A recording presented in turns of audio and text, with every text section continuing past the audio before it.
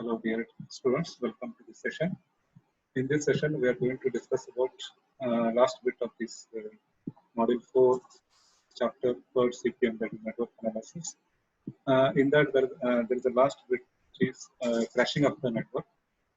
In case of crashing of the network, what we discuss is by reducing the project duration, what will be the optimum cost with the minimum cost increase in the project cost, total project cost, how we can crash or how we can reduce the project duration. So that we'll see in this session. Before solving the problems based on the crashing of the network, let us discuss some theory aspects of the concepts of crashing of the network. The crashing of the network, or it is also called the cost analysis in networking, where the project is shortened or the duration of the project will be reduced. As we know that project management is a discipline of planning, scheduling, organizing, managing, leading and controlling the resources during the different phases of the project so that you can achieve the specific goals. A project has a specific start and end point, which we know that, and it is a setup to meet specific objectives to create a specified result, product or service. The project crashing is a method of shortening the project duration by reducing the time of one or more critical activities to less than their normal time. Please remember, the project crashing is a process of shortening the project duration. Under normal course of action, with whatever the time allotted for each activity, we will find the project duration. And if that project duration is to be shortened, then the process of shortening that process is that project duration is called as the project crashing.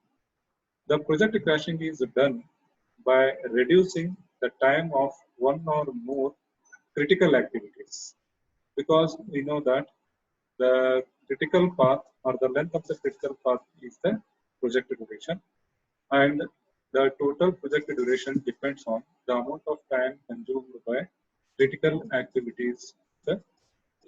So that is why in order to crash or in order to shorten the project duration, we need to reduce the time taken for the critical activities.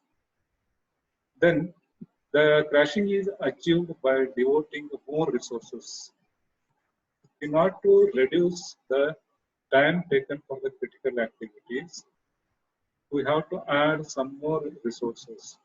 As we know that in order to do a work by a particular number of labors in a particular days, if you want to reduce that amount of time taken for completing that work to the half, then you have to double the labor or the manpower. So similarly, the crashing is associated with the increase in the project cost. We have to add more cost to reduce the project duration. The crashing analyzes and categorizes the activities based on the lowest crash cost per unit time, allowing the project team to identify those activities that will be able to deliver the most value and the least incremental cost. It means the crashing of the project is done by selecting the critical activities which have the lowest cost. Means the cost of performing a critical activity per unit time, if it is less than that, will be preferred for the crashing. Suppose if there are 5 critical activities, among these 5 critical activities, we have to give the preference for the crashing or reducing the duration of any of the activities among the 5 activities. We have to give the preference to that activity which has less cost or the less cost slope. What is cost slope? We'll see afterwards. So it means to reduce the projected duration, we have to reduce the time taken by the critical activities. To reduce the time taken by the critical activities, we have to select the activity which consumes less amount of resource or less amount of cost comparing to others. The result of a crashing analysis are usually in a crash graph with optimal cost time point on an inverted dome shape of the total cost line, providing optimal cost at moderate time. We'll see this graph in the next slide. The result of the crashing means the crashing is done to get optimum cost and at the same time reduced projected duration. Of course, we know that as we reduce the projected duration, the cost will increase. But we have to see that both the purpose should be served. That is, the cost should be, the cost will increase, but the increase in the cost should be optimum or minimum, and the projected duration should also be reduced. So that is the aim of this cost analysis or crashing of the network. The project duration can often be reduced by assigning more labor to the project activities in the form of overtime and by assigning more resources, that is material, equipment, like that. However, the additional labor and resource increase the project cost, because if you assign the overtime for the labors, then you have to pay more amount of salary or the more amount of wages to the labor, so that the cost automatically, the cost of the labor will increase. Thus, the decision to reduce the project duration must be based on analysis of the trade-off between time and cost. We have to make the balance between time and cost. It is that the crashing of the project is the shortening the project duration by reducing the time of one or more of the critical activities less than its normal activity time. As we know that the critical activities, they have all their own time. Then if you decrease the time taken by the critical activities, then we can automatically decrease the total project duration. Thus, the reduction in the normal activity time is referred as crashing. That is, if you reduce the time taken by the critical activity from the normal to the reduced, then that process or that process is referred as a crashing. Crashing is achieved by devoting more resources to the activities to be crashed. Then what is the necessity of crashing? Already we have got the idea what is crashing and why the crashing is done. But let us discuss the reasons for crashing. The reason for the crashing is to compress the project schedule and deliver the product or service or result earlier than what was originally planned. Not to deliver the product or the service earlier than the actually planned, the crashing is done. And sometimes what happens, schedules are constantly subjected to the change. So during the execution of the project, the things may not happen according to the expectation done during the making of the plan. The schedule or the plan may be subjected to change during its real-time execution. So in order to make up the changes or make up the delays, which will make the project to get longer or project to get delayed, the shortening of the or the crashing of the activities will be done. This could be due to the number of reasons. This can ruin your schedule because you will not be able to complete it in the time available. This is where crashing comes into the picture. So delay in the project will make will spoil the whatever the schedule you have done before starting up the project. So in order to make up or in order to overcome this ruining of the schedule, the crashing can be used. Crashing involves the addition of resources, hence there will be increase in the cost, that is controlling the business. Then the reducing the time required to complete an activity by assigning additional resources to that activity. That is, we have to assign more amount of resources such as men, material, and machines, equipments. All those things could be added to reduce the time required to complete an activity. And as we keep on making the crashing of the network, that is reducing the duration time of the activities on the critical path, there is a chance of change in the critical path. Because suppose if a critical path and the critical activities have been taken into the consideration for the crashing, if the activities time taken for the critical activities will be reduced due to the crashing, then the non-critical activities which were there earlier will become the critical activities because they will become the deciding factors for the project execution. Means the critical activities and critical path will be changing or will be subjected to change if the crashing of the critical activities are done. Then as a project continues over the time, they consume indirect costs that such as the facilities, equipments, machineries, interest on investment, utilities, labor, personnel cost, and the loss of skills and labor from members of the project team who are not working at their regular jobs. There are, before discussing this point, please remember the total project cost is categorized into two broad categories. One is direct cost and another one is indirect cost. The direct cost means the cost which is directly involved in the project, such as the material cost and direct labor cost. And indirect cost means the costs which are not seen in the project but they are supporting. And the feature of this indirect cost is they increase with the increase in the time.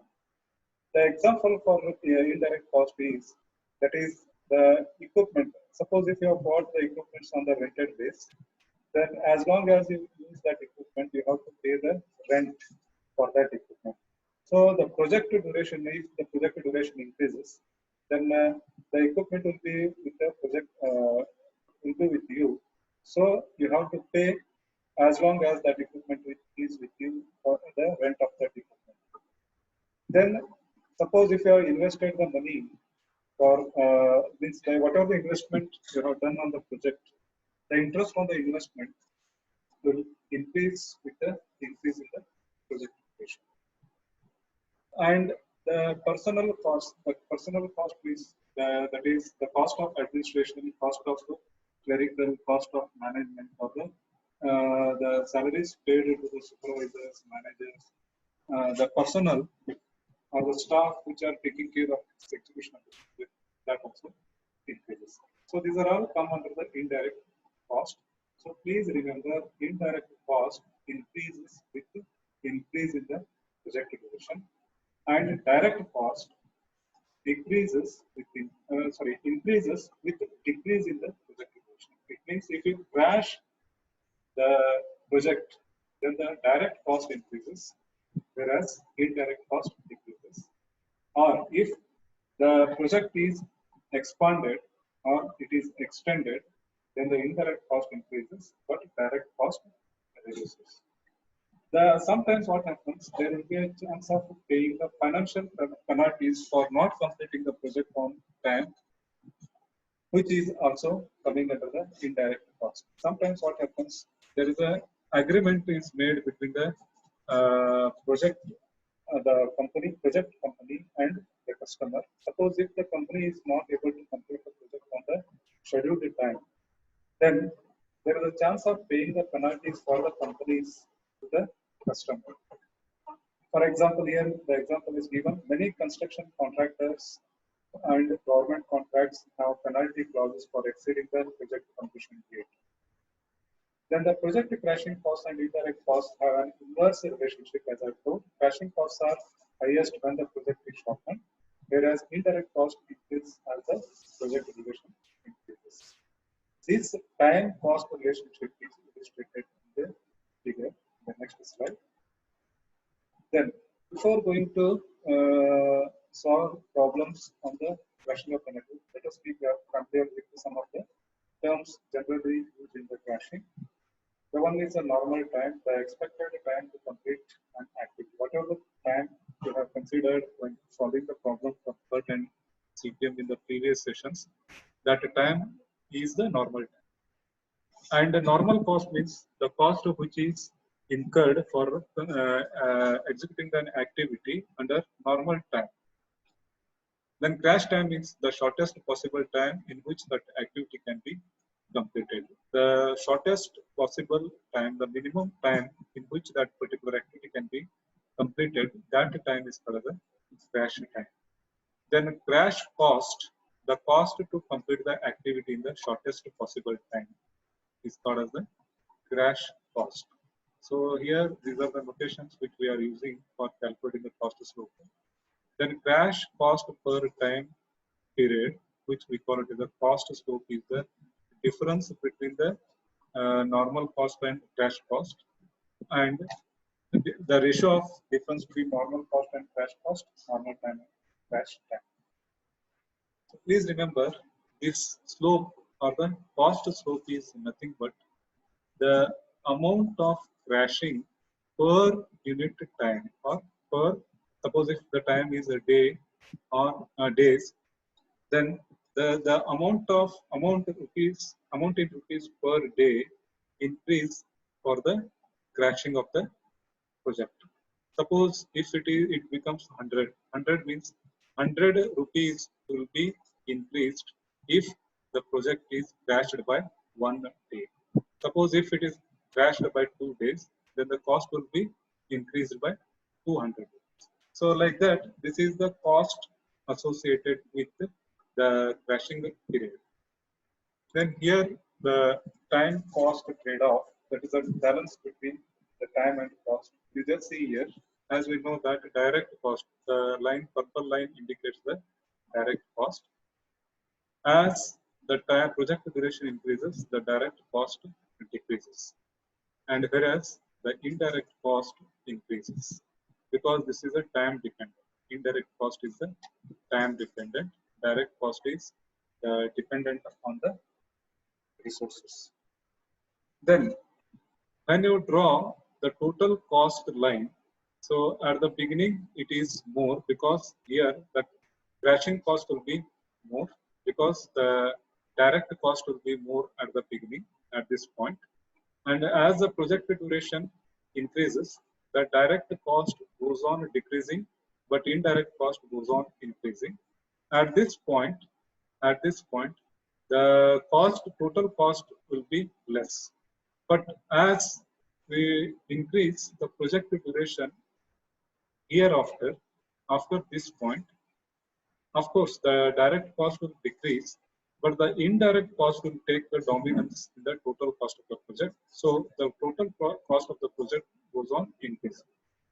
This is the optimal point or the lowest point, and the corresponding duration is duration in the line, horizontal line on the time duration, time line indicates the optimum time, and the corresponding cost is the optimum cost. This is the minimum cost and this is the minimum possible time in which you can complete the project.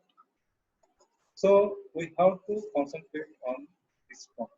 That is, we have to find out what is the optimum project duration with the minimum cost. Let us see the structure or the problem, how the problem would be for the crashing of the network.